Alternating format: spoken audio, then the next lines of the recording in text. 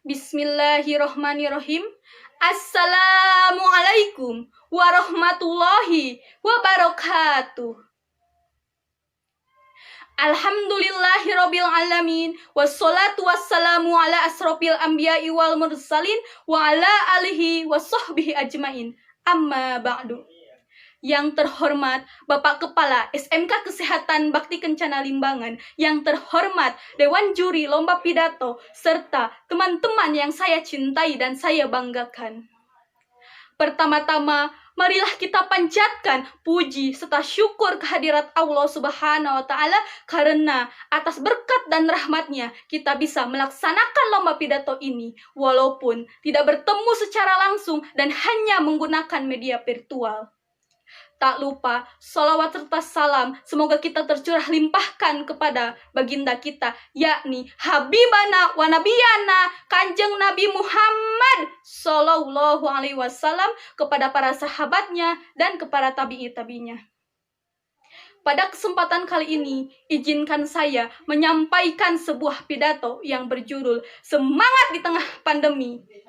Namun, sebelum itu, izinkan saya memperkenalkan diri terlebih dahulu.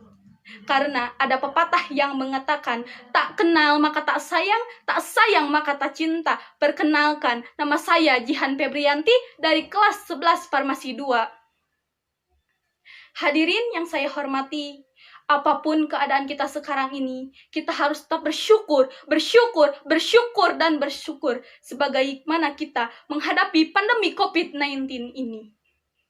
COVID-19 berupa ujian, kita tidak tahu kapan pandemi ini berakhir dan apa hikmah di balik ini. Kita tidak tahu.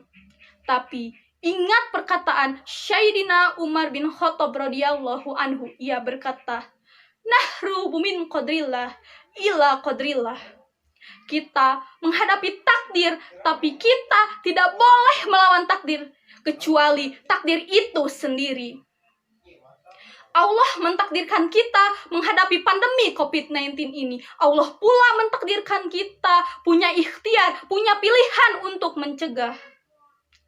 Hadirin yang dimuliakan Allah Subhanahu wa Ta'ala, masyarakat se-Indonesia di tanah air yang saya cintai. Kita tidak tahu kapan pandemi ini berakhir.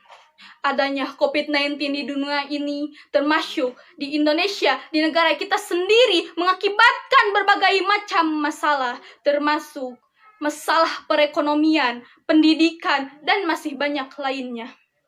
Dari sekian banyak masalah yang sering kita dengar adalah masalah pendidikan dan perekonomian.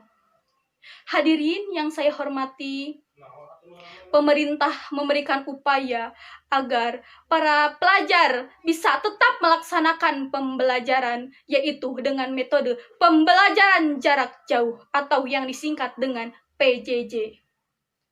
Pembelajaran secara online ini dilaksanakan dengan menggunakan alat teknologi canggih yang berupa handphone, komputer, laptop, dan masih banyak yang lainnya. Hadirin, namun dengan dilaksanakannya pembelajaran jarak jauh ini masih belum efektif dan optimal, dikarenakan masih banyak siswa yang mengeluh dikarenakan tidak mempunyai handphone, kuota, jaringan internet, dan masih banyak keluhan yang lainnya. Orang tua tidak bisa memberikannya dikarenakan masalah ekonomi yang krisis. Hadirin yang dimuliakan Allah Subhanahu wa Ta'ala, alhamdulillah sekarang pemerintah memberikan keringanan kepada para pelajar dengan diberikannya bantuan berupa kuota belajar, dan kepada orang tua diberikannya bantuan berupa uang dan sembako. Hadirin yang saya hormati, masih banyak yang bisa kita lakukan sebagai individu, masyarakat, kelompok, dan bangsa yang berdaulat. Kita tidak boleh terpecah belah karena isu-isu yang tidak penting. Kita harus tetap bersemangat dan optimis bisa melewati masa pandemi COVID-19 ini dan meningkatkan kembali pendidikan dan perekonomian kita untuk kesejahteraan rakyat dan negara. Oleh karena itu, agar terlaksananya pendidikan dan perekonomian yang efektif dan optimal seperti semula, kita harus tetap semangat dan optimis bisa melewati masa pandemi COVID-19 ini dengan sigap menerapkan protokol kesehatan dan bekerja sama melewati masa pandemi ini. Hadirin yang saya hormati, dalam keadaan kondisi ini, saya berharap semoga COVID-19 ini cepat-cepat berakhir dan para aktivitas manusia bisa berjalan seperti semulanya, terutama aktivitas pendidikan dan perekonomian. Saya berpesan kepada para pelajar dan seluruh masyarakat Indonesia supaya agar tetap bersemangat, semangat dan semangat melewati masa pandemi COVID-19 ini. Jangan jadikan alasan pandemi ini untuk tidak belajar menuntut ilmu dan bekerja mencari nafkah. Karena kita adalah generasi penerus bangsa dan masa depan bangsa ada di tangan kita.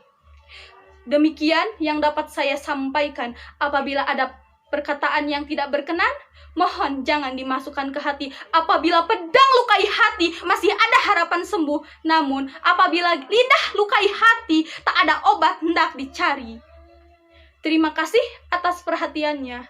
Mohon maaf atas segala kekurangannya. Wabillahi taufiq wal hidayah. Wassalamualaikum warahmatullahi wabarakatuh.